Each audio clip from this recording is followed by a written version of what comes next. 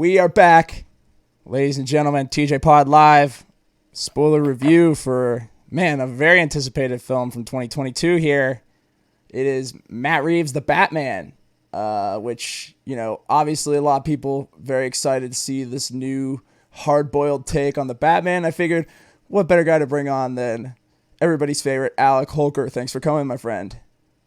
Appreciate it, TJ. Always happy to be on. Yeah, and this movie, a lot of people were questioning, we're getting another Batman film here, is this too much, superhero overload? I mean, at this point we know, DC has been kind of hit or miss on their films recently. I mean, and with the whole Zack Snyder era over, the question kind of was, what's the next step? Where is this gonna go from here? Is this just gonna fizzle out? But at the same time, everybody knew, like, they bought all these IPs. Warner Brothers has to compete with Disney and Marvel and all that, so you knew they weren't just gonna drop the superhero films altogether. So when they said they were gonna do a new Batman, what's interesting about this movie though was that this was originally supposed to be a solo film for Ben Affleck's Batman in the Zack Snyder universe, and this was supposed to be directed by Ben Affleck. I don't know if you remember that. But this was supposed to be like Ben Affleck Batman's solo film, and it was going to be written and directed by Ben Affleck. And again, watching this movie, that was just kind of going through my head of like, what could this have been had it been that? And was this like kind of, yeah, that was like kind of the thing after like the Justice League and all that this was going to be like Ben Affleck's solo film. And I really like Ben Affleck as a director, so I was like, this is going to be interesting to see what he does with this, but obviously it never panned out, and the whole Snyderverse just kind of fell apart. But I guess we can kind of give a little quick spoiler-free review before we get into the actual spoilers of the film, and just kind of talk about what we liked and what we didn't like. And we were talking about this earlier before we started, that basically this whole film was another one of these films, just like No Time to Die, which we talked about a couple months ago. This was another one of those films that was supposed to come out in 2019 and was obviously pushed back, and then pushed back even further because of the pandemic. And well, here we are in 2022, and we finally got it. So yeah, I mean, kind of give, I'll let you take the floor here and kind of give your spoiler-free thoughts, and then we'll do that for a few minutes and then dig into the actual meat and potatoes of the film. But yeah, just kind of a broad overview. What are your thoughts? I mean, how are you feeling about this? I was feeling good. I remember I texted TJ. I was like, TJ, I'm getting excited. I was riding the train to the theater, mainly because of anticipation. Of course, when this is the seventh Batman that we've seen on film. Of course, I think the last one being Ben Affleck, we deserved a new one, and I think we got a good one. Being kind of from the trailers, we were going to see it was going to be a lot darker. I don't know about you, TJ, but probably got a big feel, like thinking about like the Arkham video games, from the fighting to the visuals to almost everything. I mean, it was beautiful to watch at times because there was a lot of darkness, a lot of lighting was definitely a key factor Reeves wanted to use in this movie, and just constantly being at awe of like what we were seeing, but also just being like, this is a Batman we've never really seen before, besides maybe even out of like the cartoon version of Batman's, like the Caped Crusader and stuff, like the darker versions of the Batman that we've seen. This is definitely something new, and I think a lot of people really were looking forward to it. I mean, I was in a packed theater. So was I. Yeah, so definitely, a needed movie. I don't know if you got that DC, trailer in the beginning of your film. Did you? Oh yeah, yes I did. Yes, where they basically promoted all. So I think this is DC's. It might be the new era of DC. You came off, I think, Justice League. We had the Zack Snyder cut. We got new Aquaman. We got a Flash movie. This Batman movie.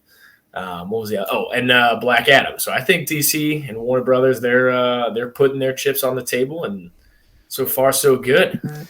Yeah, I agree, man. And I think kind of building off your point of this was a Batman we had never seen before. You're exactly right. I think this film really leaned into Batman being the world's greatest detective. This was more of a crime film than a superhero film. I think. I was thinking a lot that, Matt Reeves, this film was written and directed. This was written by Matt Reeves and Peter Craig and directed by Matt Reeves. And Matt Reeves obviously was responsible for doing the Planet of the Apes films, the two other ones, Dawn of Planet of the Apes and War of the Planet of the Apes, the last two of the trilogy. He did both those films and really took it in a really dark, heavy direction. As the first film really leaned in more of the sci-fi, he really kind of took it to the next level and made them almost like dark, heavy war films. But so I was really excited to kind of see his take on this, and I think you're right. It was a very different film. It was very much more of a crime film. This movie was more so than like an actual superhero Batman film, and I think that was what a lot of people wanted to see, was more of a detective Batman, because we didn't really get to see a lot of that, obviously in the Burton films and in the Schumacher films, and then obviously not even in the Nolan films. I mean, really the only detective moments that Batman had was the whole plot with the bullet in The Dark Knight, with the bullet in the wall. Yeah. And really he just used his own technology to kind of figure it out more so than... Still doesn't add up either, like taking a brick and making a new bullet. Yeah, it's kind of ridiculous too, but like that was really like the closest you got to seeing Batman actually be a detective. So like in this film, it really leans into that. And I think Matt Reeves, the director, he definitely watched a lot of David Fincher films, I think, before he made this for sure and wrote this, because like this movie has Seven, Zodiac, Girl with the Dragon Tattoo. Those films are written all over this, and you can totally see the inspiration there, from the dark, like you said, the dark, gloomy, dreary vibes and the way it's shot, with the rain and the darkness. It's very much inspired by David Fincher films. So it was interesting, and I did like this film a lot. I mean, I do think it dragged on a little too hard, and I think in the third act, this film just kind of, I think it's overstayed its welcome, really, once you got to the third act. But I thought the first and second act of this film were fantastic, and the story was very interesting and very well done, and had a lot to say in it. And that's really something I really appreciated, because, I was expecting that this could potentially just be kind of a gloomy mess, like this film easily could have been just like very like sappy and like Bruce Wayne just wallowing and feeling guilty for being rich. And it really isn't like that, because that's kind of how the trailers kind of were portraying this to be. But it very much had a lot to say. And I like how, like, they don't really tell an origin story here. And I'm not going to get too much of the spoilers obviously yet, but like they don't really tell an origin story here. It's more so that they just tie the origin story that everybody knows and weave it into the story that they're trying to tell. And I thought that was so smart. It was well done. I was kind of one of my things I was worried about too, but just going off that, like, are they going to start from scratch? Are they going to start in the middle? Like, that's always, an aspect. Like we saw with Ben Affleck, a good snippet of, the murder of the parents. This, we didn't see it at all. We just kind of could feel that of course, anger, hate, and everything that, builds up the birth of the Batman. And you could feel it, the tones, the darkness. Like you said, Zodiac signs, any crime scene that we saw was riddled with stuff like that. And you could feel, like, you felt the city was bad. Like, I was personally like, this would be a horrible place to live.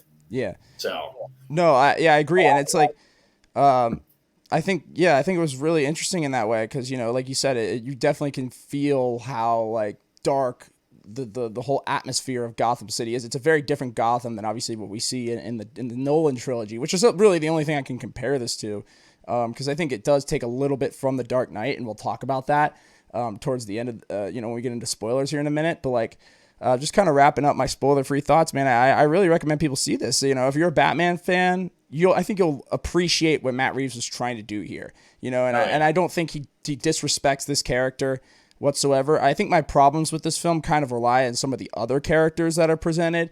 Mainly Selena Kyle. I think her motivations were just a little bit muddied at times, and she just kind of, it just didn't seem justified with some of the things she tried to do, and we'll talk about it. But like, that was something that I kind of wish was, and I think her portrayal, like, I like Zoe Kravitz in the role. I think she's good, but like, I just think that the way the character's written just doesn't really feel like Catwoman. It just feels like this character could have been something, another character and it still would have made sense. It just didn't feel like a Selena Kyle type character. And I'll kind of get more into detail with that as, we get into spoilers, but just kind of wrapping up.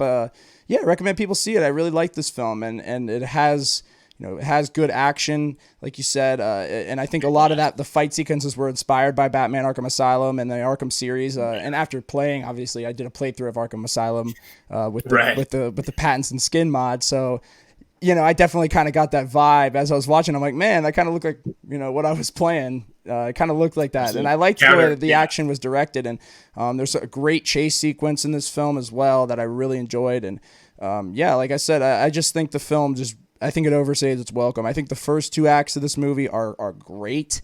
And then the third act, it just kind of devolves into a generic superhero film by the end. And you're just kind of like, okay, this just doesn't, it kind of tonally goes out the door in that way. And I wish it would have been a little bit more contained. You know what I mean? Yeah. And it got a little too grandiose for its own good. And I guess it kind of felt like it had to. Yeah. I had a feeling it was coming to an end. And I'm like, oh, they just did something so cheesy with the kind of the hero ending of it. But I think it was awesome. Like you said, going off it, definitely recommend. It's another version of a Batman. If you're already a fan, you're definitely going to like it. You're definitely going to get your money's worth. Right. And of course, with this, version of Batman, of course, what they always do with it is make different relationships, from Alfred to Catwoman to Commissioner Gordon or Lieutenant Gordon.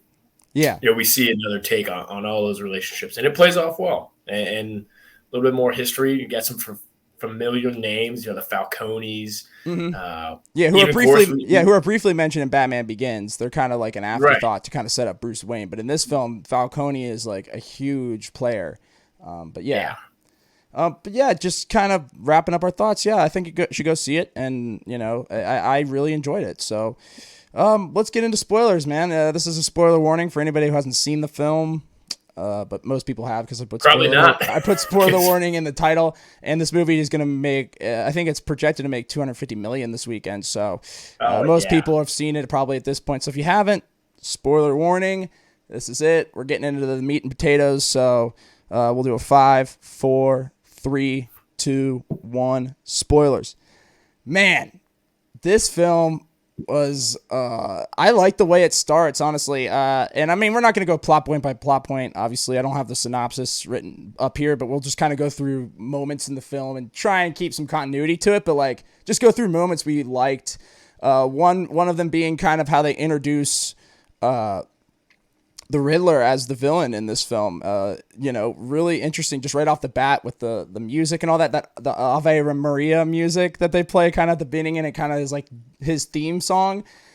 That song has been used in so many different films, and it's used in video games as well and all of that. And I just, I was like, man, they could have come up with maybe a more unique song. It's like a typical song that you hear, I guess before violence breaks out. You knew something bad was going to happen. Right, you knew. And I wish that song was maybe something else. I like the vein of it being like an opera sounding song. I just think I've heard that particular song used so many times in other media, so I was just like, okay, can we off the bat it was kind of I don't know, this is this going to be cliche, and this movie as a whole, just from the song, I guess I was kind of just latching on anything I could just to I don't know, I was just very attentive through this whole movie because a lot of people were telling me that had seen it.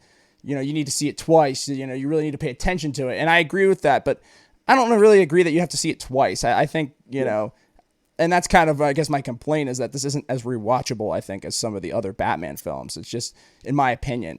That is a great point to kind of bring up because I don't think I could, even though it was good and recommend it, I don't think I could sit through it again because I know. And it's, I think, having the main villain be the Riddler. Of course, the last Riddler we saw was Jim Carrey. Yeah, so the bar's pretty low there. Right. So, and I mean, being, Paul Dano, he's a creepy motherfucker. That's for sure. Yeah, and he's a great actor, and he's fantastic in this film. I really enjoyed his portrayal of the Riddler, kind of as the Zodiac killer, which is why I say it, and very much like Kevin Spacey's character in Seven with the notebooks and decoding and all of that. Exactly. it just kind of seemed like a lot of stuff we'd already seen in other films. And I guess that's kind of my biggest problem with this is like, yes, it's a new take on Batman, but it's just very derivative of other crime films that we've seen before. It just felt like kind of the same beats and the same notes. But again, I do think for a Batman story, it really works in that way because, even though it has a lot of the tropes that we see in crime films, we haven't seen that in a Batman film. And I think that kind of tone, it worked in this way. And I really appreciated that, that they tried to go in a different direction. You had that feeling that the detective side of it was the strong point. Absolutely. What is he? Is he the world's greatest detective? Yeah. Yeah. And you could see it, of course. I'm a big fan of the beef between the police and Batman. Yeah. And starting right out with that was awesome. Of course, Batman's there doing his job, but the cops are like, wait, he's doing our job, and he has to wear a mask. Of course, that beef is a staple of any Batman movie. But just seeing, that he actually understands the riddles, understands what actually happened in the bigger picture of it. It's where he comes in. And that's his specialty. And we've never seen that. Like right. This is a unique Batman, and the only time you're really doing this is when you're playing the Arkham video games, and half the time you're solving puzzles that you would have to YouTube. Absolutely. No, you're right. And I think kind of, building off what you said about the relationship between Batman and the police in this film, I liked how he kind of worked symbiotically with them instead of him just being on the run, which is pretty much what it was for most of the Nolan films. Like whenever the cops would show up, he'd be on the run. And I like how he of was like this grounded, like guy that just would show up because Gordon respected him. And dude, this is the best portrayal of Gordon that I've seen probably since probably Gary Oldman, who was really good as Gordon. But even so, I think Jeffrey Wright was even more complex than Gary Oldman's Gordon was. Yeah. I think this is probably the best portrayal of Gordon I've seen. Just in terms of like he got a lot of screen time, he has a lot of purpose in this film. And I love his relationship with Batman in this movie. It's very earned. And yeah, I thought Jeffrey Wright was great. Was a great casting for this role. He was really good, and I liked his work in Westworld a lot. Even though I didn't love Westworld, kind of the direction it went. He was great, but he was always giving top-notch performances. So like, it was very interesting to see him play this character where he kind of has to toe the line of, being the cop, but also I wish though that with him that they made him a little bit less. I think making him a little less trustworthy of Batman. I wish he would have been a little bit more suspicious of Batman, and there was a little bit more friction there. Cause like, where he was kind of almost having I wish he had more of a cognitive dissonance, I guess, of like, should I really be putting all my stock in Batman when like, these are my colleagues and these are the people I work with? Cause I feel like, at the point where he's like, I trust you, I don't trust them. And it's like, well, that just kind of felt a little bit out of place to me. Cause it's like, cause Gordon, like he's, because he's a cop, you would think like he would have a little bit more trust in his colleagues in that way than he did. But I mean, and I think that would have made some more interesting tension for the film, between Gordon and Batman, because it just felt like he was just going with whatever Batman was saying, and it was just kind of like, right. I don't know. And he actually, I don't even know if what did they he's not even commissioner. Of course, he's just a lieutenant, so he has some say. Right. He is really, it looks like he's running the show, and then you're like, oh, wait, there's there's somebody else who's commissioner, or like there's someone actually who's like a police chief, and Gordon's basically running his own show, which normally is how the Gordon character is portrayed. But no, Jeffrey Wright, great acting choice. And the list, the cast of this is pretty stocked. I did not recognize Colin Farrell as the Penguin. Yeah. No, they did a good job with his makeup and his prosthetics and everything for this. Yeah, he was pretty unrecognizable, and he was really solid.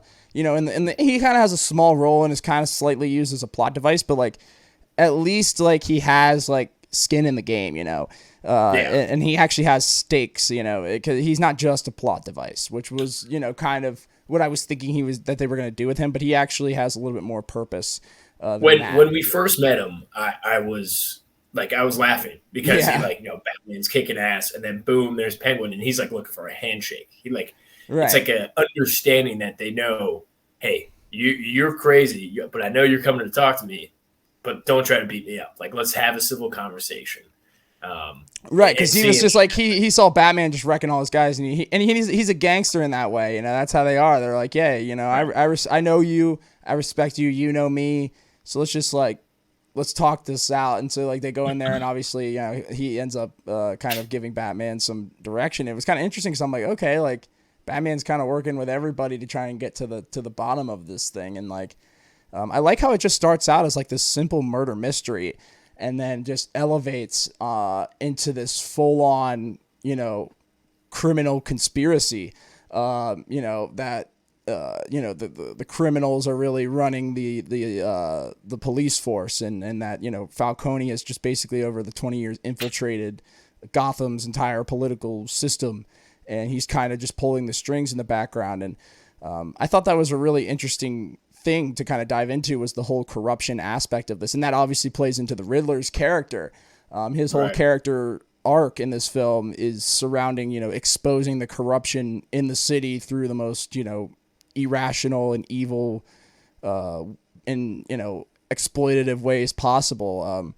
And I thought that was just a really we've seen this kind of thing before, but I think in the Batman universe it was something that really was earned in that way. And I know it was kind of cliche in some ways, but again, like I just think the way that they broke it down with Gotham City and everything, it worked for me, I thought it was pretty ballsy, honestly, to kind of have a story like this that's based around the institutions of this broken city being the real reason that it's broken, and right. Yeah. I think another reason why like you could feel that so much is what we never really saw the positive. We never saw Bruce Wayne in like a real world. All we saw definitely more Batman right than anybody.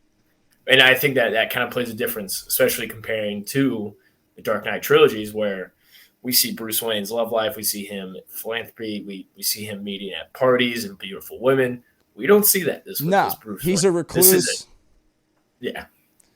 No, he's a dark, right. He's scared, he's 2 years in as Batman, which was really, you're like, oh wow, like I guess he is still pretty fresh, but I mean he's getting his hands dirty, and you're only seeing the shitty side of Gotham, and that was, I think, really put in perspective of what he was trying to do. And then of course what we find out what really is going on for the past 20 years. So right, and obviously John Turturro, great actor as well, playing Falcone, and he oh yeah, I guess and I thought like all the villains were pretty well done, like I said, and I just think for me, I think my biggest issues with this film really are the integration of Selena Kyle into this film. And I like I said, I thought Zoe Kravitz did a really good job with this role, but and I don't necessarily blame her, but I blame Matt Reeves in the writing really more for her character. And I just think she feels pretty out of place in this movie, and it doesn't. And like I said, I thought she was well cast and I thought she was good, but it's just like the character itself just feels really out of place in this movie. Just because, she lacked a lot of the personality and the suave, like, trickiness that Catwoman has, in the comics and even in the Arkham games. Like she kind of took this role, I think, a little too seriously. In that sense, like Catwoman is very much like a very like promiscuous, but also, and I think she nailed that part, but I think like the charm is really the word I'm looking for. She lacked the charm, and I don't really, like I've said, I'm not really blaming her. I think the character itself just lacked a lot of the charm that Catwoman has, and I think even Anne Hathaway did a little bit of a better job, and I don't like that. I don't like her portrayal of Catwoman either. I think Michelle Pfeiffer is still the best Catwoman that we've got. Definitely better than Halle Berry as well, but that's a hot take. But yeah, I stay with better than Halle Berry, that's for sure. Yeah, it's definitely better than Halle Berry, and I think Zoe Kravitz is better than Anne Hathaway, but I think just the writing of this character was, I think, just they made her just a little too wooden and a little too like angry. And I get that, like, right. And you don't really, the relationship she has to the Annika girl, which is like the reason that they really, her and Batman come together, it just wasn't very earned to me. I just didn't really care. It was a mutual friend that got killed, and now she's on kind of a revenge hunt. Right, so. And it was just kind of like, it felt like she was just kind of being forced into this movie at times, and I was kind of like, that was one of my concerns, I think, seeing the trailers, was like, is this going to be more about Catwoman than Batman? And it definitely is not, which was good because the movie is called The Batman. So I was like, that was one of the things I was concerned about. Like, is Batman just going to be shelved in this movie and it's going to be more about the other characters? And no, this is definitely a Batman film. Like, don't get me wrong. Like, I was wrong about that. It is definitely a Batman film. But yeah, and I think, she does get the right amount of screen time. I just think her motivations just weren't as earned. And another huge plot hole that I found in this film was how Catwoman, Selena, she's the daughter of Falcone, right? But like, how does she not know that he's behind everything? If she's literally working at his establishment all the time and she's literally his daughter for all these years and she's known she's his daughter, how does she not like put it together that he's the one that's really, running stuff? And like, if she would have known that, this movie would have ended a lot sooner than it did, So I just thought that was kind of silly. But,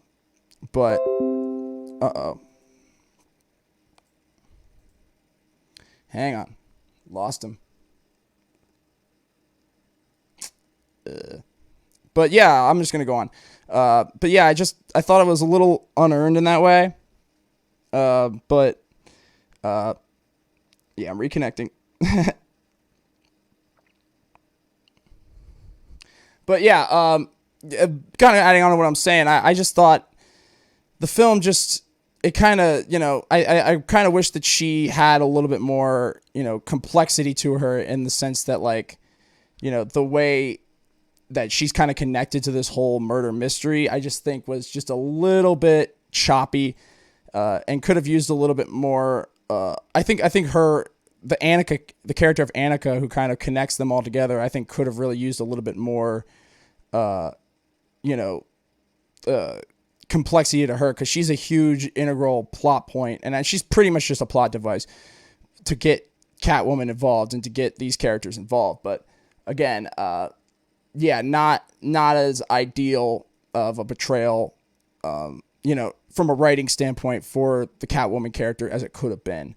And that's kind of a shame. And but it is what it is in that way. But, I still do really like I like Zoe Kravitz and what she was able to do with this role. But again, I think from a writing standpoint, that was definitely something that could have been better executed, in my opinion. But yeah, here, I'm gonna get Alec back in here. There we go. Yeah, my bad. It glitched out for a second there. But yeah, I'm gonna just make sure we're still up on YouTube and all that. But yeah, I was just kind of explaining a little bit more about just Selena and her role in this, because it's just like, that was kind of like a big thing, because she's an integral part of this story, and it just like, it just kind of was a little bit messy, her whole involvement in this. The reveal was really forced, and I don't think it was needed. You were kind of like, okay, so she has a lot more skin in the game than just a friend, which makes sense. No, yeah, exactly. And like I said, like her not knowing that Falcone is running the show the whole time, to me was just really silly. Like when she reveals he's my father and like all that, I was just like, really? Like, why? Why does that have to even be a part of this? Like, why couldn't she just have been somebody that was observing a lot of this? But again, I liked the scene a lot where Batman gives her the eye camera thing and she kind of has to go around and ID people. That looked very much like from something ripped out of the Arkham games. That whole, plot point seemed like, it felt like it was very much ripped from the Arkham games in that way. With that whole thing, with even just like the way that it looked like when it would come up on someone's face. And it's crazy. Like, and it really, like, that scene kind of helps open up the whole story and show that this is more than just a murder mystery. Right. This is something that is deeper. And I loved how the Riddler kind of helps show Batman that this is all, kind of leading back to the corruption of his own parents and how they were, and this is very much kind of built off of Todd Phillips' Joker film, how, Thomas Wayne was kind of shown as this like corrupt, billionaire, financier. And I like how this film kind of flipped that and applied it to the actual character of Bruce Wayne and Batman. And he has this kind of, cognitive dissonance of like, how could my parents be, involved in this corruption when, you know, I've only been told that they were great philanthropists and all that. And like that was something that was very different from what we had seen in prior Batman films. You know, because before that, you know, they were always portrayed in a positive light, and it was always a tragedy. But like seeing them get murdered, or hearing them get murdered in this film, you know, you kind of understand it more. You know, like in the Nolan films and, you know, other Batman films, it's kind of just shown more so as like a tragedy, and it was just like a freak accident. But like this film really adds purpose to it, and that was kind of what I was saying in the spoiler-free moment when I was talking about how, you know, this film did a great job of kind of tying in the Batman origin story without replaying the Batman origin story again. You know what I mean? They're getting better at it. I mean, we've seen it in like the Spider-Man movies, especially with the ones with Tom Holland and like the Spider-Verse. They kind of briefly touch upon it, but everybody knows how this has all started. Right. So we're going to breeze through it, which is good. And of course, too, I mean, like seeing the Wayne family be bad. I mean, their tower wasn't shiny. It was old. Mm-hmm. There was no, you know, Wayne Manor. Even the Batcave. I mean, very, very minimal. Like nothing like we've seen before. And of course, too, like the gadgets are huge. You know, we talked about gadgets for a while on the No Time to Die. Right. He's young. He's using a motorcycle and then a jacked up maybe Mustang or something like that. Nothing crazy. Like it is very basic. I mean, his more gadgets on his hand are a lot more unique. And you know, he's got tasers in his fists. Yeah. You know, of course, he's got the grapple hook and everything like that. And the Batarang. Oh, that was badass. I wish we had more of the Batarang. Yeah. But I was just really kind of getting into the car. Of course, the car was badass, and that chase scene you mentioned was awesome. Yeah, it was excellent. Yeah, and it was just kind of seeing the different. It's another different Batman, different family, different everything, and successful in all aspects. Especially with the villains, you know, we got a good taste of them, and of course, even you know, real spoiler warning, we saw one at the end, and I think we even got a glimpse of maybe not Bane, but definitely some Bane juice. He definitely used some juice to jack him up. Yeah, that was like the stim pack, I think, or whatever. You know what I mean? Like, I think that's in the Batman Arkham games where he ejects himself. Like, it was almost like the serum from Logan. You know, at the end of the film when he like jacks himself up with it and then he goes crazy. That was interesting. Exactly. That was interesting. So like, yeah, I think having you know, those gadgets and like you said, and I think it kind of played into like what we were talking about with the Arkham games, like especially like when the guy went at him with the baseball bat and hit him, and then he grabbed the bat and like swung at him and hit him. That was straight out of the Arkham games, because like that's something that you know all the thugs in those games, they come at you with the bat and then you counter them and grab it and then hit them with the bat and then throw it down, like and using the guns and hitting them with the guns and all that. Like that was straight out of the Arkham game, and the action was definitely inspired by those games for sure. And it's crazy because like other video games, I talked about this when I was playing Arkham, like other video games took that fighting style and built and did their own thing with it. But it was crazy to see a film take that fighting style. Like that's how impactful that fighting style is to not only just Batman, but like in general. Speaking of Batman, I don't know, what did you think of his suit? Of course, like I said, that Batarang attachment was awesome. But what did you think of the suit? I loved it. I thought it was really cool because, like, it, you know, it was very much like looked like it was put together. You know, like it looked like somebody was. Made him look very inexperienced, but also like very hardened. You know, at the same time, like, you know, because I thought like the Nolan films in general were just too polished. You know, in that way, just visually. But this film really nailed the grittiness and the hard boiled aspect of this. And you know, this, like I said, this felt very much like a crime film. You know, a lot of people said this is like a film noir. No, it's not. But it is more like a hard crime film more than like a noir, because a noir has like the camera work is a lot more, you know, dependent on natural lighting, and even just the dialogue itself is a little bit more, you know, clever and snappy and lead you more in directions, while this film kind of uses visuals and also, you know, the dialogue is just, you know, it gets a little amateurish at times, but overall I think it's definitely not the worst written movie. It's pretty, you know, it's pretty okay. You know, I think there was definitely some cringy dialogue in here at times, but overall, I was, I was pretty impressed more so with the story. And like I said, that's usually my biggest problem with a lot of films. That was my problem with, No Time to Die and a lot of other films. It's just the story just kind of doesn't make any sense, or, it's too complicated for its own good, or just, there's too many holes in it. There wasn't too many plot holes in this film outside of the Selena Kyle Falcone thing, which we mentioned, was just kind of out of place, and her being his daughter just didn't really add anything to the story. It just kind of made it a little bit less, it made her look almost more dumb, because it's like, he's your father and you don't even realize that he's, running the entire city. I just is like, and not only that, she like works with him. Like she works at the club that he's always at and that his people are at. So I just was like, how is she this naive? Like those people are clubbing hard. Right. There at Four Below. Yeah. And that kind of plays into like Riddler and all of that, like how he kind of, is able to uncover a lot of this corruption, and he kind of makes these people pay, with the guy with the rats, which was really, really well done and pretty unsettling. Some sick jokes and sick torture. Like it was not.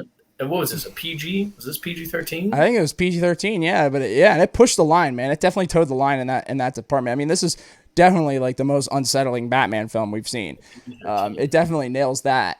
But I think my favorite scene was the funeral scene when they're in there and he has the bomb strapped to his neck, and like that whole sequence was great, because it's like he's like, I'm not the guy with the broken nose or not the district attorney.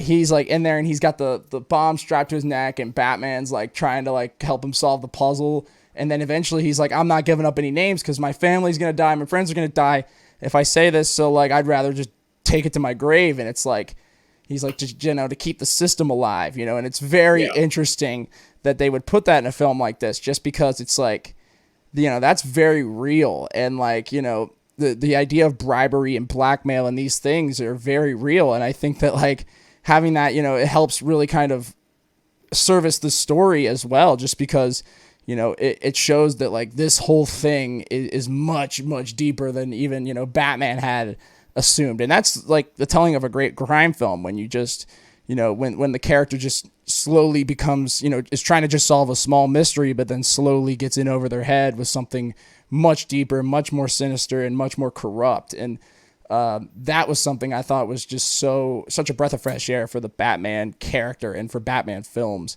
And I would love to see more of this kind of, thing. And that's kind of, I guess, my biggest complaint with this film is that it strays away from that in the final act and just kind of divulges into the Dark Knight, a Dark Knight remake, essentially. And the reason I say is just not maybe not a remake, but just it emulated Dark Knight, with the bombs planted in the city. It's very much like the fairies sequence, or even Bane when he plants the bombs in Arkham in The Dark Knight Rises. That's exactly what I was thinking in the movie. I'm like, oh, we're really going with the bombs planted again. Like, we can't come up with something better than that. I was like, come on. Like, I just thought that was cheesy and like.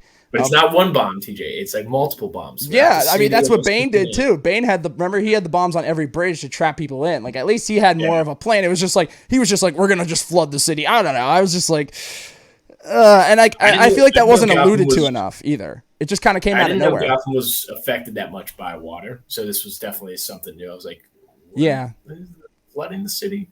But I'd say favorite scene would either be when, of course, Selena Kyle, she goes back to kill Falcone, and Batman's at the same time trying to stop her. So you're getting a mix of like her kicking ass, he's kicking ass. Let's get that badass hallway fight scene. Yeah, that was great.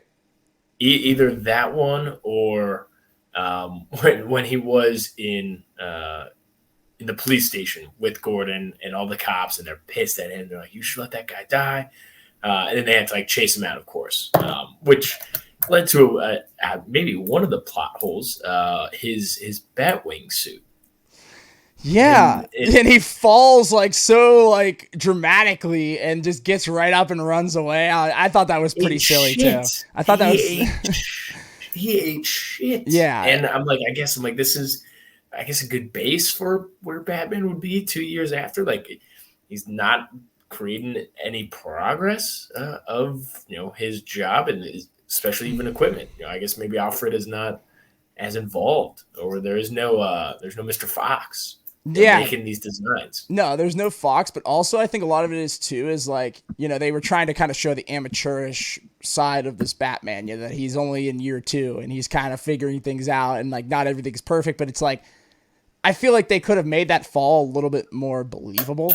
Because like he literally hits like a bridge with his parachute and flies like 50, 100, probably a couple 150 feet probably, and hits a trash can or whatever in the top of a car and like literally like just limps off, and then the next scene he's fine. Like, yeah, Batman's durability in this film is just kind of, you have to suspend your disbelief a little bit with it. And I mean, it's whatever. It's a superhero movie, but like at the same time, if you're going to make this a gritty, hard-boiled, crime film, then you got to have that level of realism throughout the whole film. You can't just pick and choose when you want things to be realistic and when you don't, because then it's like you're confusing the audience in that way, and it's not a good kind of confusing. It does make sense, why I guess he has that shitty bat wingsuit and he's just driving a motorcycle and like his jacked up car. We really only see it once, but we see that thing perform similar to the Tumbler, but definitely another Batmobile on screen that we love to see. Yeah, the Batmobile looked pretty cool. It was pretty slick, and it was interesting how it had no gadgets. It was literally just like a really fast car with a turbo engine on the back of it. There wasn't any guns coming out, and that's the thing. I was fine with that because like the Tumbler was just a little too over the top in the sense it was literally just like a tank. It wasn't even like a car. It was a straight up tank. Like. And it was not discreet at all. Like, and they kind of play with that in this film when you hear that thing rev up and then it just kind of lights up and you're like, oh man, that's been there the whole time. He had this set up knowing that they were going to try and run away. So like that was pretty awesome. And, I think just some of the messaging with like the Riddler and Batman, like when they're messaging on the computer, I just thought that was a little bit draggy. Like there's scenes like that could have been, shortened down or cut straight up. To make this movie a little bit more palatable. Because, I thought the first and second act, like I said, were great. Like, the way they introduced Batman, the way they, set everything up, the whole detective crime film aspect of this film is fantastic. But, like, when it starts divulging into the third act, like I said, and you get the whole sequence in the arena and the flooding and all of that, I was just like, it kind of sucked me out of this movie, to be honest. And I was just kind of like, okay, like, now we're just, like, a straight-up superhero movie. Like, I wish it was stayed as contained as it was, and really kind of. And there was no way. I guess maybe not plot whole part, but there was no way to stop the flood. So like it was just something that out of your control. Right. Protect as many people as you can, which makes sense. Yeah. But then they also, they played it off. The only way to kind of stay alive is to go to like the Madison Square Garden of Gotham. Yeah. Which backfires for everybody. Which I did not see that part coming. Like the water getting through there. The aspect of the Riddler's entourage was following was very, very similar to some individuals we have in reality these days. Which, of course, being like social media focused.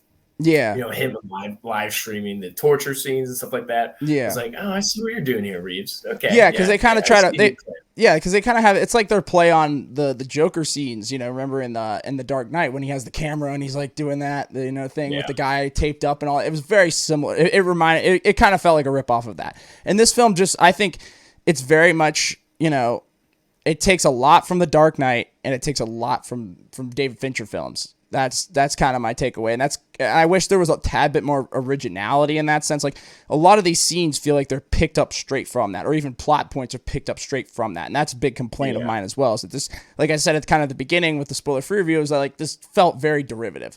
It felt very much like other films that are better Riddler, and tighter. The Batman interview, right? The interrogation scene, like with the banging on the window and all that, like it was a little bit different. But still kind of the same beats that we've seen in other films and, in other Batman films, but also just in other films, like it was very much like the what's in the box moment, from Seven, so it's like, a lot of that stuff just stood out to me as this film just kind of being a rebranding of those films, just slapping Batman in it, or just taking big parts from Dark Knight Rises and The Dark Knight. And, I wish there was just a little bit more originality in the storytelling. And I think the way they could have done that is by really leaning into what they did in the first half of the film, which is really make it this hard-boiled detective film where he's really just going and putting all the pieces together. Like, that stuff is the highlight of this film, and it's really great, and sprinkling action sequences in there that help him get to certain places, similar to the Arkham games, where you have to go and you have to fight thugs, and then you go and you find something else out. It's like that. Yeah. Like, I wish there was more of that and a little bit less of the grandiose, finale. Like, they could have made it a lot more contained and cut this movie down to a 2-hour, 10-minute movie instead of being a almost 3-hour film. Like, it's just too long, man. Too long for this kind of film. And I know that they, were like, Endgame was a film I was fine with being that long because they had 20 films that built up to that. So I was like, okay, make this as long as you want to make it. But, like, this has nothing building up to. This is a first film, and in terms of rewatchability, like, and I know The Dark Knight is a 2.5-hour film, but, like, it's a tight film, and, like, every scene matters. There's just a lot here that just could have been left on the cutting room floor. But it seemed like they were scared that people wouldn't follow the story as well if they did that. So I think that's why they made it as long as they did. Because I think when they originally shot this and they showed a cut of this film that was shorter, I feel like maybe the studio and Reeves himself were like, I don't think people are going to follow this as easily if we don't make it a little bit longer and keep some of these scenes in there that kind of help, bridge the gap. But I mean, I don't know. I just think the finale was a little bit underwhelming, if I'm being honest. And the whole third act kind of, divulged into typical crime film, Batman type, the Dark Knight type film. So, took a lot of story beats and things from those films. So, I mean, yeah, that's probably my biggest complaint. But I again, like I said, I think this movie really shines in its, detective comics inspired stuff. Him being a detective. That's what Batman was originally, Detective Comics. That's what he was in. So, immediately had a good feeling when the Batman filled the whole screen for the title spot. I was like, yep, this is setting the stage. It's going to be whole other Batman we've never seen. Maybe, you could compare it to, like, the Cape Crusader and those comics that are a little darker. Mm-hmm. And even the Arkham games, those would get pretty dark sometime with, especially like the Arkham Knight. Like, I knew that one was that, like, I didn't play that one, but I knew that one kind of had a couple, plot twists, and I think even, more spoilers. I think Bruce Wayne dies in that one. Yeah. So kind of seeing where this played out. I like the ending. Of course, when you get the Riddler basically giving himself up because he's done everything he has, except, the bombs and then the people, entourage following him.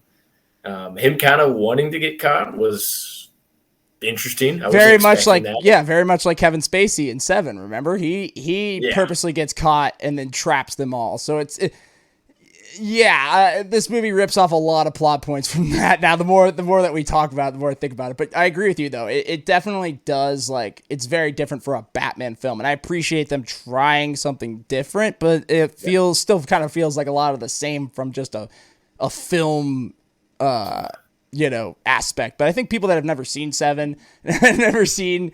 A lot of people haven't seen a lot of people have seen The Dark Knight, so that one's a little bit hard. But for people that haven't seen Fincher films, I think they'll appreciate this a little bit more than people that are fans of Fincher. Like I didn't look it up, but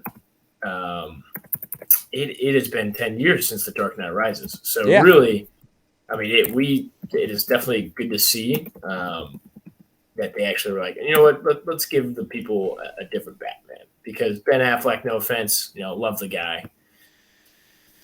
Not the best Batman. Not the best, no. But I'm curious. I kind of did forget that he was in the works of making his own movie. That's what this was supposed to be. Yeah, I do remember that kind of being the topic. I think it would have still played that dark, stereotype of Batman, maybe the older version of him, like just out of Justice League, stuff like that. But I think the young, fresh, really torn and shattered, scarred Batman that we get with Robert Pattinson. Shout out Rob, absolutely killing it. Yeah, he was great. He was great, and he wasn't like super jacked either. I think they probably did that on purpose. They're like, hey Rob, maybe put on a couple more lbs, and he's like, nah, I'm good. I'm just gonna kind of keep it simple. Like I'm just a normal Batman. I'm no different than anybody else out here. I'm just trying to do what's right. Yeah. And you could like you kind of feel that with his armor, like it definitely was pretty heavy duty. Yeah, because he takes a lot of bullet shots. I mean, even like the mayor girl, she takes the sniper bullet to the shoulder, and then she's like completely fine. Like a few minutes later, like she took a 50 caliber bullet to the, or no, I don't know if it was a 50 caliber bullet, but it was you see them load the guns. It was a huge bullet. I mean, that would kill you. Like you would bleed out from that, especially getting hit in the shoulder. I mean, like maybe survive, but she wasn't wearing any armor. She was just up there at the podium, and I like that she was like, I'm taking this into my own hands, and then she ends up getting sniped. Like I thought that was pretty obvious. You're like this. She's getting shot. Yeah, which I liked because it was like, yeah, like you're in over your head, just like everybody else is here. Like, you're not above this. New mayor, so yeah, so like I mean, kind of I guess wrapping up our thoughts here on it. I there's a lot to like with this movie, especially like I said, the first act is fantastic. I mean, just the way they introduced this new Batman. Like you said, Pattinson's great in this role. I liked the casting. I when they announced it, I'm like, yeah, he's a really good actor, and he can definitely run with this. And I like, like how you said that, it's very much like this hard-boiled, hardened Batman that we kind of got a little bit with Christian Bale's Batman, but this really takes it to the next level and makes this kind of this really, and I like the how Gotham, like you said, this is a very different Gotham. It's a very weathered Gotham, literally with the constant rain, which is again ripped straight from Seven. But constant rain, constant darkness, but I like that though. I'm fine with that. That's cool, and it really adds a lot of character to this city. Oh yeah, this is very different. One place you don't want to be, walking around. Right. But yeah, I mean, being the loaded cast, of course. Shout out Mr. Andy Serkis as Alfred Pennyworth, which I don't think we got enough of. I was just thinking. I agree. I think the last thing we saw of Alfred was him in the hospital bed. So if this is going to be our new Batman, we need more Alfred. I agree. I think it's going to be hard to follow up Sir Michael Caine. Right. But Andy Serkis, him and Matt have been, working in the past, especially him as Caesar. That's true. We need a little bit more Andy Serkis if he's going to be our new Alfred. Yeah, I agree. Yeah, Alfred was a little underrepresented in this. Like, I think you could have taken some of Selina's scenes and given them to Alfred to kind of really build up that relationship with Batman and Alfred as like this father figure, because they kind of lean into it, but they don't lean into it enough to where it's kind of earned. Because like I love the whole moment when the Riddler shows that scene, that the video of the Wayne family and the Arkham family and how they've kind of are the real foundation for this corruption, and they kind of enabled it through that $1 billion fund. And like that's brilliant, because like that's how a lot of corruption starts, is through these things that maybe have been started for good intentions but have been exploited, like these big nonprofit funds and these big non-government organizations and things like that are supposed to be for good intentions, but obviously get perverted for corruption and money laundering and drug dealing and all these different things that I think this film explores. And when it does, that's the highlight for me. It is really showing the dark underbelly of Gotham City and having Batman kind of come up and clean the mess up, because again, it's more than just fighting thugs. It's about uprooting a system that has made Gotham a dump. So it's like, seriously, yeah, there's a lot to, and like you said, that has a lot of real world application, so that's something that I thought was so ballsy for a film like this, and for especially for a Batman film, a first Batman film, to dive into this, these adult themes like corruption and drug dealing and money laundering and bribery and blackmail and how it affects politics. All social of that. Social media being a strong right, radicalization, all of these different things through media and through all of that. I thought that was so well done, and really is what made this movie work for me. And again, a lot of my complaints, they are valid. Like I said, this film is definitely a derivative of films we've seen before, no doubt about it. But again, as in terms of a Batman film, we haven't seen anything like this, and I appreciate them trying something new and trying something unique. So, I was really impressed. But I got a question for you. Out of 5, well, actually, we'll do final thoughts. What's your final thoughts, I guess, on this film? And then we'll give it a rating and do the reviewing of the reviews. Final thoughts. It's a reason why the title is The Batman. It's a high chance of being its own standalone Batman movie. We might get another one. We also I have a I'm going to say 70% chance that we don't get another Robert Pattinson movie. So really, why do you think that? I think so. I think it'd be sweet if we don't. I 70% is high, but I can see this just being the Batman movie, and that's it. And I think that kind of plays off to it. It does kind of have some sneakiness at the end. Yeah, they set up the sequel, and that's another thing that pissed me off about this too, is that they set up the sequel with the Joker and all. I'm like, we're getting another Joker? Like, really? Right. I was like, come on. And like, and it plays, and like I said, it plays into the tropes of superhero films of, oh, we got to set up the next one, to set up the next one, to set up the next one. And it's just like, couldn't this have just, it was so great, the first two acts of just having this contained story. And then they just try to blow it up into, we need a franchise, we need a Batman verse. And it's like, ugh, can't we just tell good stories, you know? But good thoughts, all good thoughts. It was highly recommended. I would maybe see it again. Just because it was awesome seeing it on IMAX. No doubt. Matt Reeves, definitely, not new to the industry, especially too with a good cast like that. You're not going to go wrong. So was happy with it. Delayed production, of course, pandemic, a lot of other films, but glad it's finally hitting theaters and people are loving it. I haven't really seen. Well, we're going to go over the reviews later. But I loved it. I was definitely a big fan. So what would you give it out of 5? Out of 5, we'll keep it simple. Nothing major, but like a 3.9. 3.9?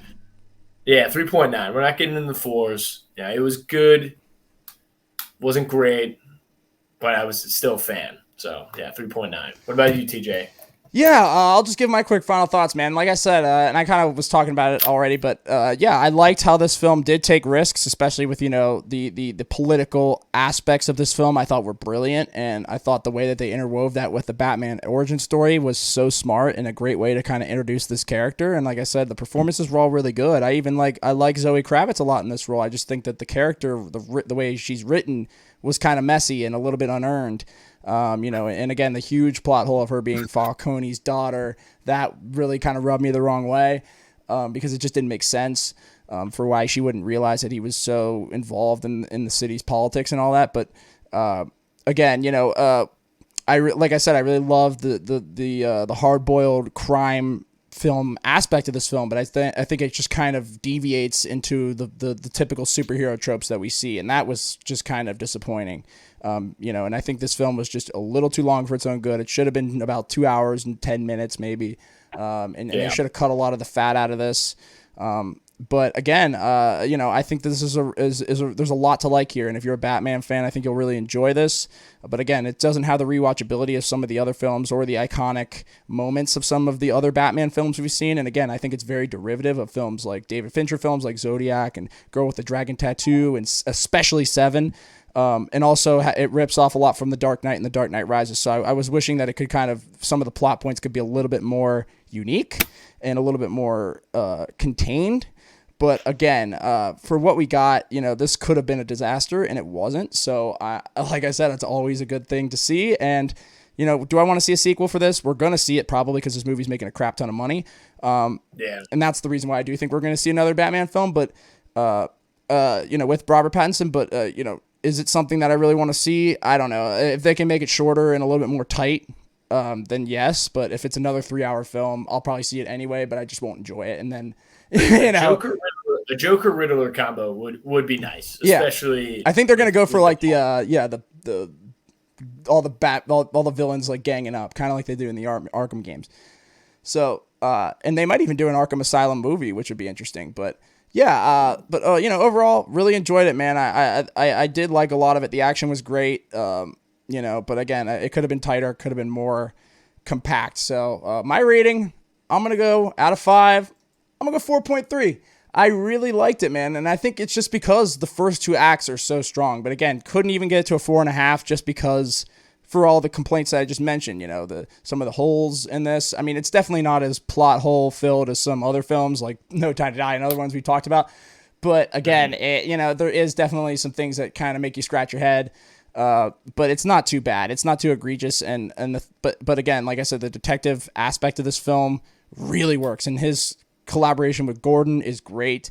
That's where this film really shines. So, 4.3 out of 5. Jeffrey Wright putting it in the books for another good Commissioner Gordon or Lieutenant Gordon. Yeah, and I think honestly he's probably my favorite Gordon just because of his role in this film. He has a lot more to do than even Gary Oldman's Gordon, who kind of, is just there to facilitate things, more so than like being integral to the story itself. But yeah, 4.3 out of 5, man. I actually really enjoyed this. I did. But again, will I watch it again? I don't know.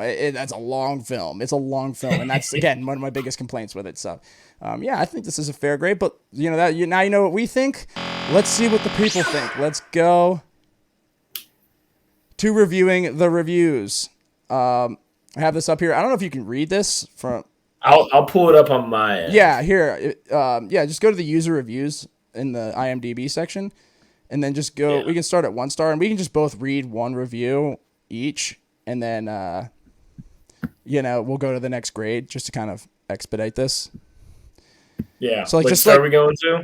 So start at 1 star. We'll start at 1 star and then go to 2, 3, 4, 5, 6, 7, 8, 9, 10. And we'll do one each. Just read one and talk about them. All right, 1 star. All right, first one, too long, boring, depressing, unfocused. Valid. That's a valid title. And what do they say? What a mess. Far too long, dark, unfocused. Well, yeah, dark was, I would say that was kind of one of my complaints, but I liked it. I think they were able to use darkness to their advantage, whether it was during the fight scenes or investigation scenes. I think that was, what made it different. Right. Guy said he dozed off twice. Hell, I saw some guy on his phone. I was about to say something. Oh, yeah. I saw a lot of people going to the bathroom, too. And I luckily did not drink a lot of water before this movie because I knew I was going to have to pee if I did. So I didn't start drinking water until I knew the film was in the third act.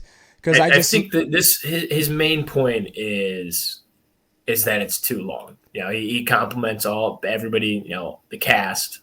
As a 1 star? Yeah, as a 1 star, he okay. Acting is good. He says gives Kravitz an excellent rating, but he just too long, boring, depressing, unfocused. So not surprised. I mean that I bet that will be a majority of people's takes, because it is a long movie. I mean that last 3-hour movie would be probably Avengers, and then after that would probably be the Lord of the Rings, Return of the King. So I mean I'm not too surprised there aren't too many long movies out right, and those two movies earned being that long. Even though, Return of the King does drag on a little bit too long, but even so, like it's earned because you really felt the weight of that journey. But it's the first film of what will probably be a series of films, so it's just like for this to be this long out the gate is just kind of disheartening. Here's one. Just stop it already. Yet more proof that Hollywood has no clue. Another Batman movie to torture us all. Great. This is just proof that the industry is run dry, out of ideas, out of talent, out of their minds. There are not enough words to describe my disdain for the industry right now. All they want is their money for their garbage they crank out. It's shame. It's a shame. But it's the way of the world now. It's the way of the world now, I guess. I hope you're all happy that you have sunk the industry. My towel is tossed in. I'm done ever watching another wannabe superhero movie again. Stop the grind. Yeah, I mean, I get this because the sentiment of just like we're making another Batman franchise, like we're in this soon. I mean, like Dark Knight Rises was 10 years ago, but they tried with Affleck not even a few years ago, so it's like it's still fresh in everybody's mind. It was 2017. I don't know when the Snyder Cut came out, but last year, recently, yeah. Yeah, so it's still pretty fresh. Right, and that had a lot of Batman in it. So it's just like people are just kind of like, ugh, they're kind of done with the superhero films, and I get it. I kind of am too. I'm getting heavily fatigued with a lot of these films just because they're getting very formulaic, and that's more so the Marvel movies. I wouldn't say this movie is very formulaic because it does try something different for a Batman film, trying to make it more of a crime film. But yeah, I get the sentiment, but I think he's being a little dramatic. 2 stars. 2 stars.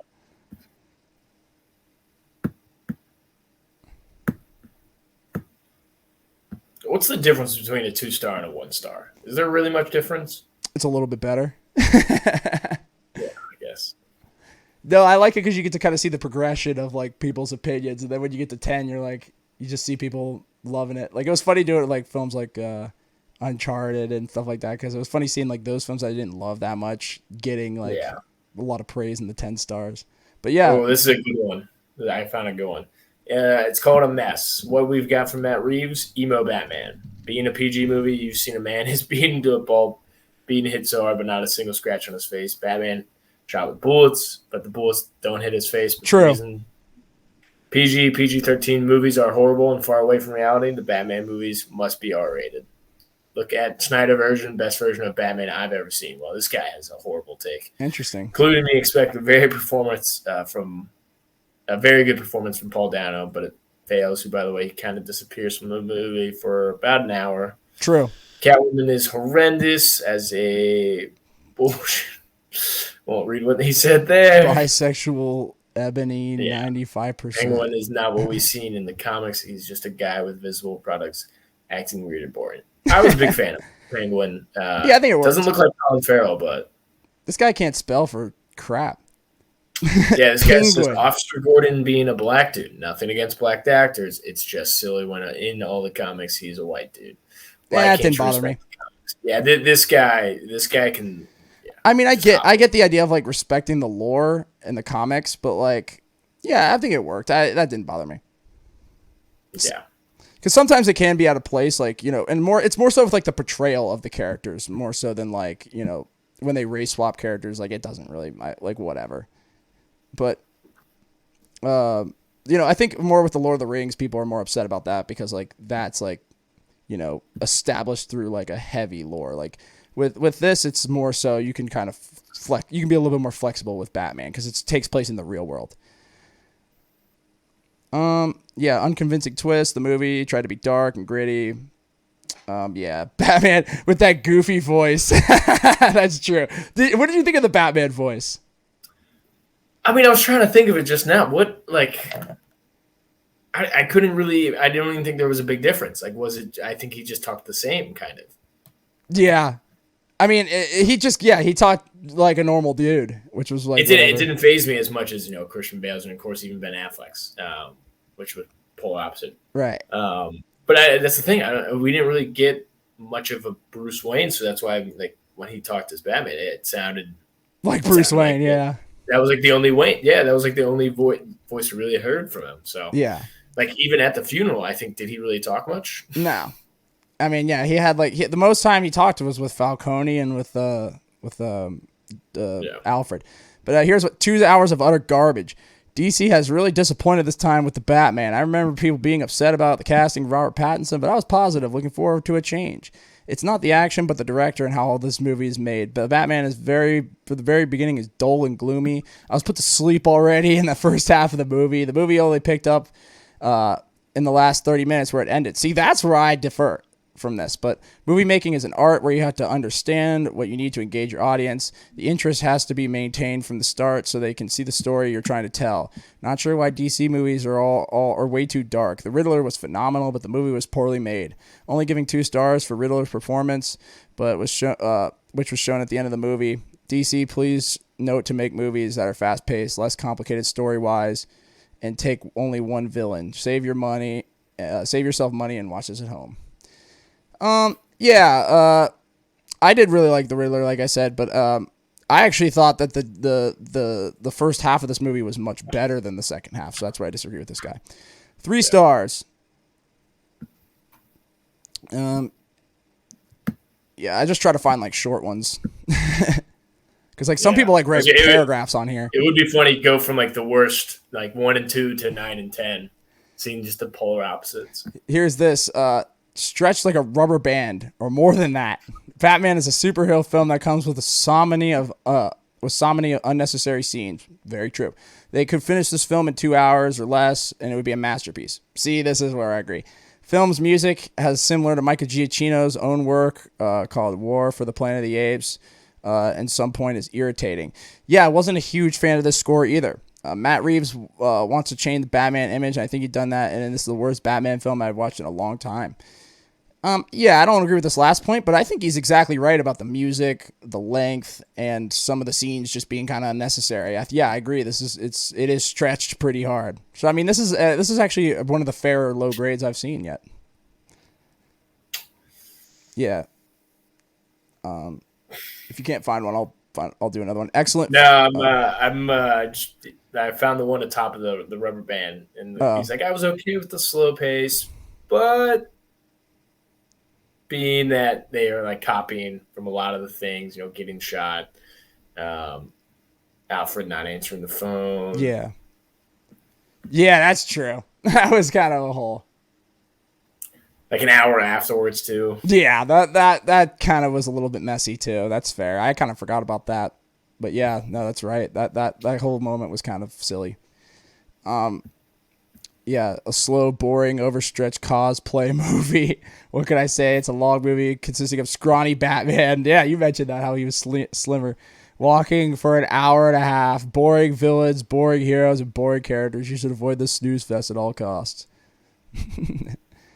Yeah. I mean, that's the thing, though. Like, the reason that him being being thinner, like, kind of didn't work for me as well is because, like, he punches people so hard, and even mentions that, like, oh, like, when Gordon's like, oh, why'd you punch me so hard? He's like, you should have pulled that punch, and he said, oh, I did. Well, it's like, well, if he's not that big, how can he punch that hard? I mean, that was kind of like a little bit of a hole, but whatever. Big fan of that little play, though. That didn't bother me that much. I mean, I just kind of see where he's coming from. Here's a 4-star. Incredible disappointment. He spelled incredible wrong. Incredible. I was really hyped for this film, but halfway in, I wanted to leave. It's boring. There's no character development for one single character. I disagree with that. They may have established these characters in the comics or DC, but I didn't care. Wasn't made to care about any of this film, anything in this film. The acting's okay, except Zoe. I'm pretty sure she was cast for one reason. I thought this would be dark, but Batman didn't seem much different from others, and the Riddler was laughably non-threatening. Only redeeming thing was the music. It was awesome. Wow. I disagree with that take. Only good thing is Catwoman, which is interesting. Being like, I was a fan. She's not, but to me, Anne Hathaway way better. Oops. Okay. You? Yeah, that's me.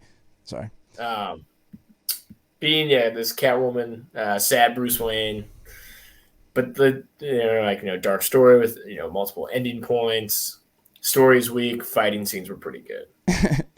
All right, 5-star. Better than Clooney. I'm a lifelong fanboy. Own every movie. Have seen them multiple times. Won't be buying this DVD. It was fine. Boring, long, some errors in canon. It rained and was night for 3 whole hours. For the whole 3 hours, sorry. Not one joke. A lot of moody looks like in Twilight. Saw it in the theater with 10 other people. Hope they don't keep the skinny Batman. First one of my life, I thought I could beat him up. Who rides a motorcycle in the rain when you have a car? Very true. Yeah. That's very true. Who rides a motorcycle in the rain when you have a car? Yeah. Wow. Yeah, if you get shot in the body armor, it's like getting kicked by a mule. That's funny. Yeah. It was long plotting and with depressing music and nonsensical plot lines. We were overwhelmed. Good first half. That was funny. Themes and plot ruined by terrible dialogue and final sequences. Sorry. I want to see what I'm getting ready for these 9 to 10. Or yeah. 9 to 10. 6 stars. Sorry. We emerged from the coronavirus into Hollywood culture with an underlying agenda that... See, this film didn't feel as, like, agenda-driven as some of the Marvel movies and Marvel shows have been. I thought this movie was pretty tame in that department. I mean, there was the one line about, the white privilege or whatever. That was just like kind of cringe at that. Yeah, that was in your face. Yeah, but outside of that, I mean, I didn't think this film was really like that. It was political, but for the story, and that's where I'm fine with politics being in movies is when it has to do with the story and the atmosphere and the setting, and that's what this film did a really good job of.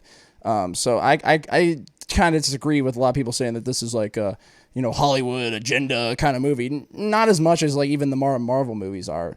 But here he says, this is feel for this movie, enough to distract me from the actual movie, which I could take for an hour or so. Maybe I won't cut it with the new Hollywood. Yeah, whatever. Vengeance takes a while. Very long 3-hour movie with more storytelling than action.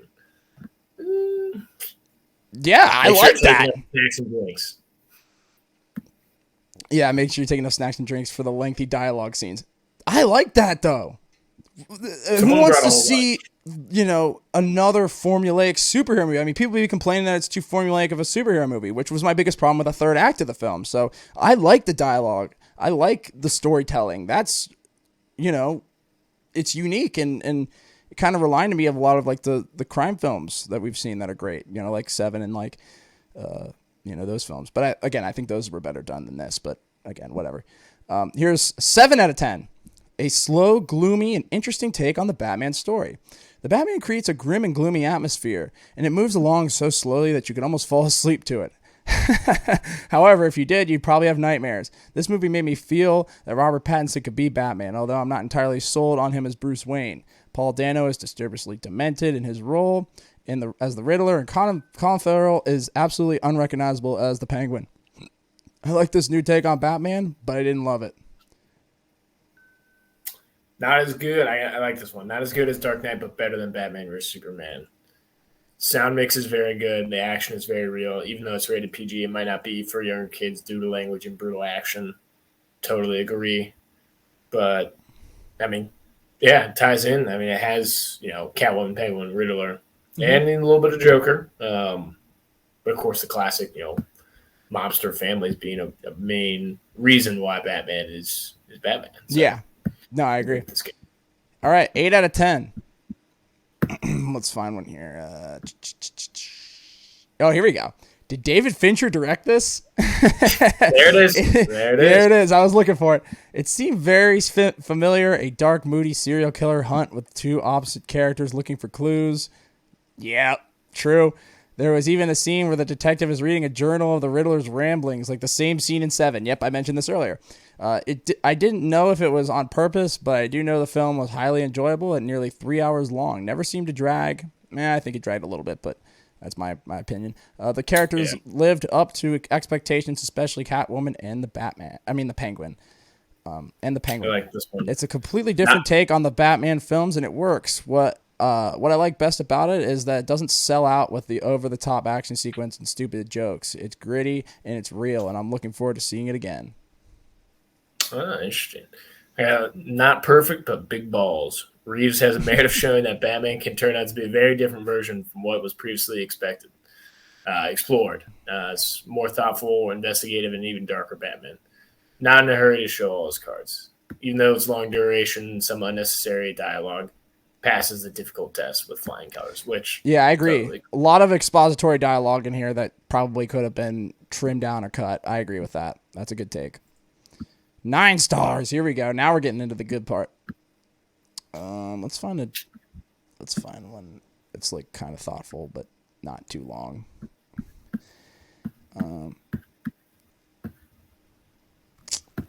Here we go. He's back. Okay, where do I start? The visceral mayhem from the offset drawing you into a very dark Gotham City, which also carries on where Joker left off in the scene setting, or even Daredevil. However, Batman is flipping amazing. Pattinson makes his own, and considering the bar, he rises well to the challenge, and we have a new Batman, not Ben Affleck. And what could be said about Colin Farrell other than wow, amazing performance and ultimately good film. Well worth a watch from a Joker Dark Knight fan. This fits the mantle. I agree. It's very much emulates a lot of that. So yeah. We have an outstanding way to start a brand new trilogy of films. So this person's already expecting more, which is valid.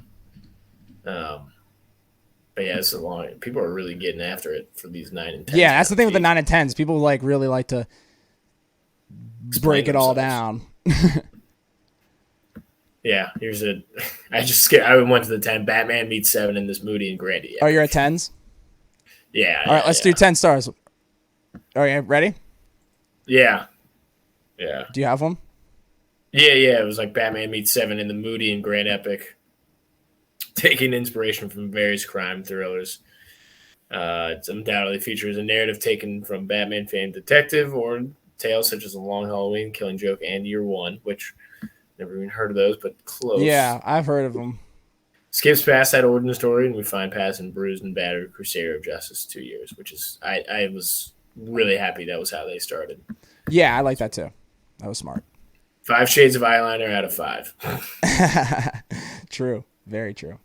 Then here I'll find one that's kind of relatively short. Here we go. Dazzling, suspenseful, and unnerving. A Batman neo-noir done amazingly right. It's not noir, folks. It's not the best Batman movie ever. That is still The Dark Knight. But this is an impressive and thrilling superhero neo-noir. Again, not a neo-noir, but okay. Really surpasses the hype, and the hype was already big. The Batman lasted 3 hours, but you don't notice the time. It's sleek, dark, terrifying, sexy, disturbing, and surprising at times. Pattinson is an excellent Batman and a solid Bruce Wayne. Catwoman is a talented scene stealer. Penguin is pure fun. Gordon is good, and the Riddler manages to get under your skin. The rest of the characters move the plot forward nicely. Matt Reeves' direction is Zodiac 7 style. Yep. And the music is gold. One of the best Batman movies ever made, and the movie demands to be experienced on the biggest of screens. Yeah. There you go. Okay, fair. Yeah, I mean, the music I didn't love. Like I said, I thought it was okay, but it could have been a little bit more, dark, I guess. It kind of like, it felt very repetitive, I think. I could have had a little bit more variation to it, the music. And I agree, yeah. Like I said earlier, this is very, I immediately noticed how Fincher inspired this film in, so I'm glad I'm not the only one thinking that. But yeah, that's the Batman, man. We have our thoughts, our grades. I was pretty impressed with this film overall. It was pretty darn good. And it could have been an absolute mess. So the fact that, they were able to string this together, it's hard, man, when your film gets delayed and, you have, you got to kind of, you shoot all this stuff and you kind of have to put it all together, and with the pandemic and all that crap, and the regulations, it can probably be a pain in the butt to really get it all together. So, with a lot of these films that have been shot, 2 or 3 years ago that are now coming out this year and last year, I'd kind of give them a little bit more of the benefit of the doubt. But again, there are things I didn't love about this film, we've talked about them ad nauseum, but, I think overall that this film, it is heavily inspired, pretty derivative. But for a Batman film, it's unique, and it definitely stands out from the pack. And it's definitely better than what we got with Affleck, Joel Schumacher, where those were just straight campy, goofy. We deserved a better Batman. Right. And Reeves delivered, Pattinson delivered. I knew it was going to be good. I had a feeling. That's why I know some people are like, I'm not going to see it. Like, nothing can compare. Deep down, I knew it was still going to be worth the time. 3 hours is long, but to me, it flew by. Every kind of, from every crime scene, led to a pretty either gruesome fight or something new to keep the plot going. So I kind of lost track of time, and then someone looked at their phone next to me. I saw it was 2:30. I'm like, Jesus, it's really been 3 hours.